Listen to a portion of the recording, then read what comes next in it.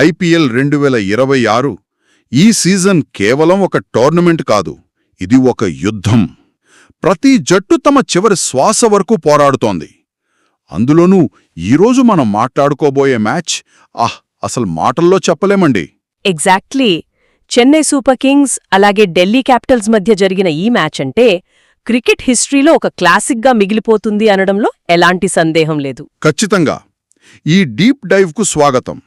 ఈరోజు మన దగ్గర ఉన్న మ్యాచ్ రీక్యాప్స్, హైలైట్స్ ఆధారంగా కేవలం ఆ స్కోర్ బోర్డును మాత్రమే కాకుండా ఆ పరుగుల వెనకున్న బయోమెకానిక్స్, వ్యూహాలను డీకోడ్ చేద్దాం.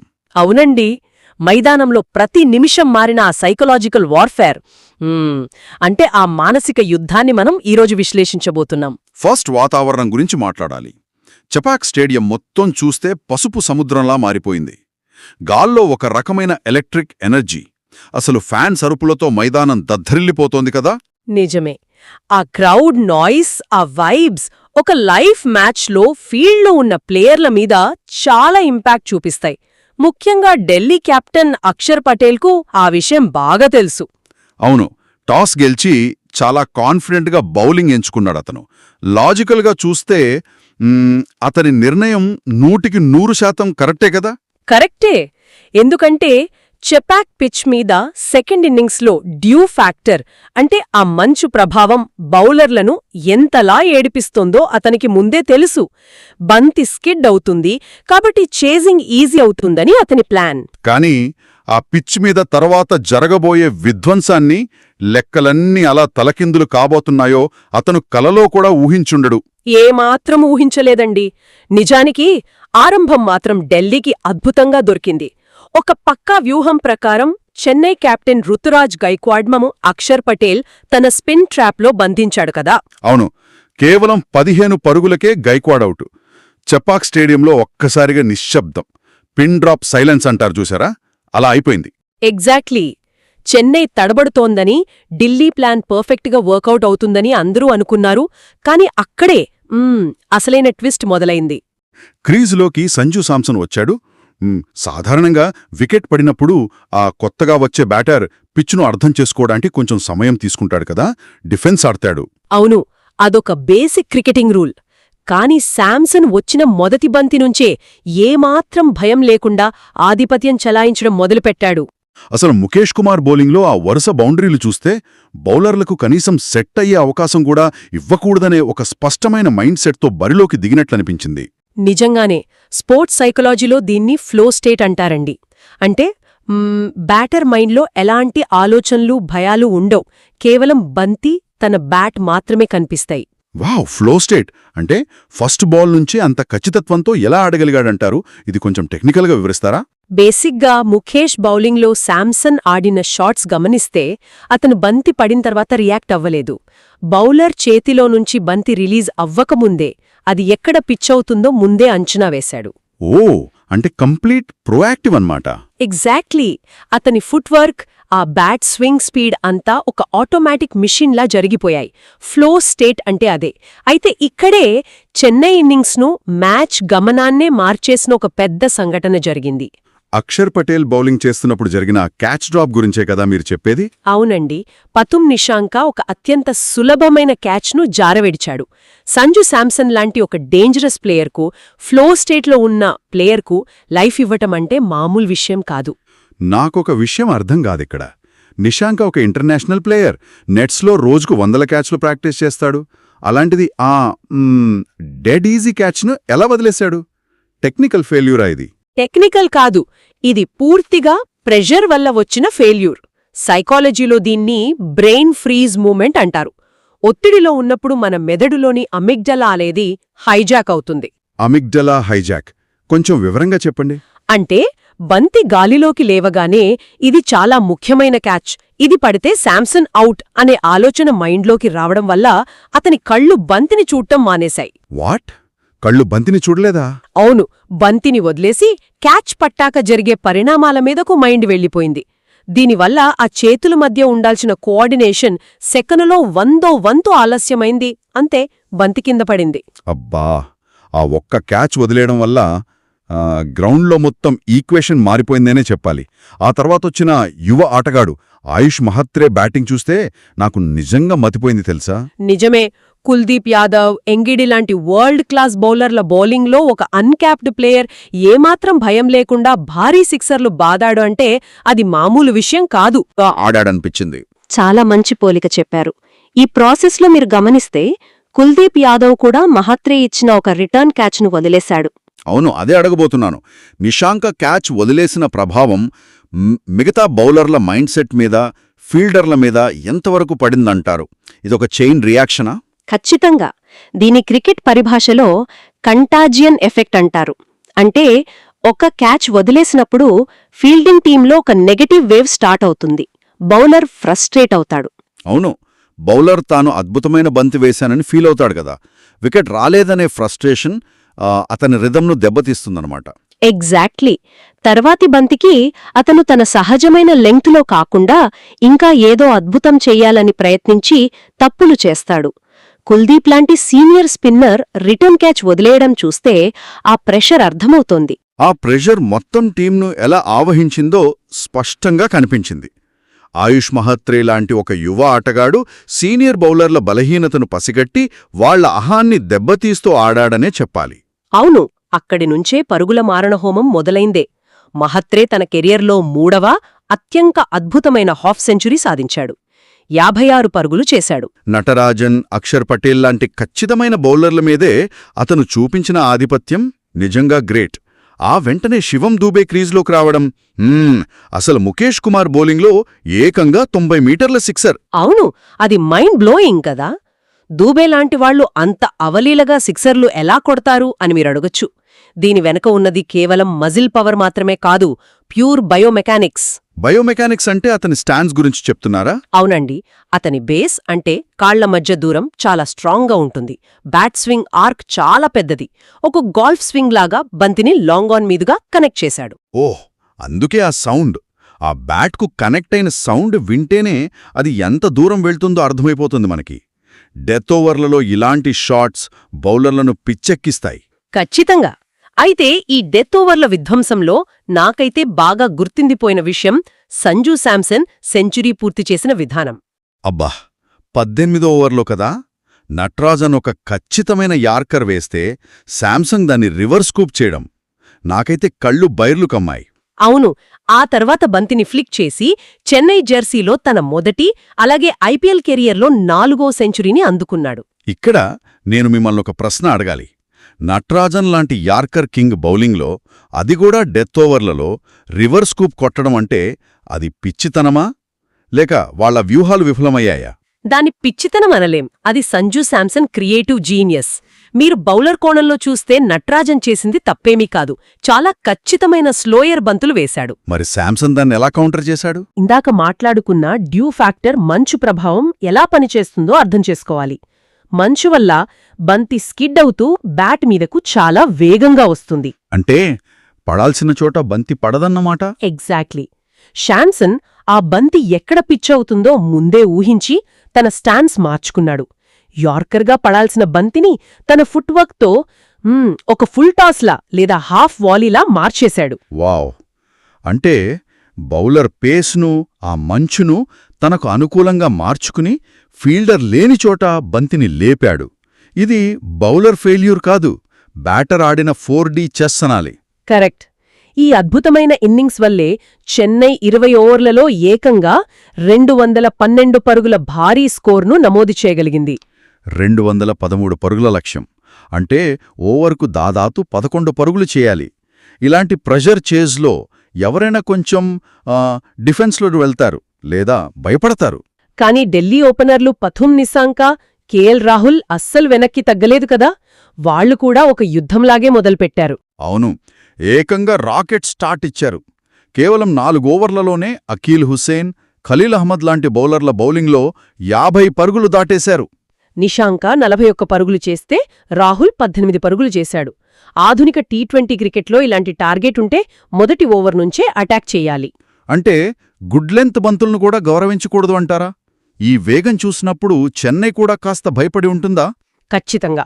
పవర్ ప్లేలో 6 ఓవర్ల పాటు ఫీల్డింగ్ రెస్ట్రిక్షన్స్ ఉంటాయి కాబట్టి గాలిలోకి లేపినా బౌండరీలు వెళ్తాయని వాళ్లకు తెలుసు. వాళ్లు కేవలం బౌలర్ల మైండ్ సెట్తో ఆడుకున్నారు. కానీ ఆ ఆనందం ఎంతోసేపు నిలవలేదు.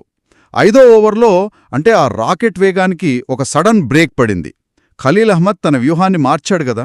అవును, ఇక్కడే బౌలింగ్లో టాక్టికల్ బ్రిలియన్స్ చూశాం. ఓవర్ ది వికెట్ నుంచి బౌలింగ్ చేస్తున్నవాడు సడన్గా కోణం మార్చి రౌండ్ ది వికెట్ వచ్చి ఒక బౌన్సర్ వేశాడు.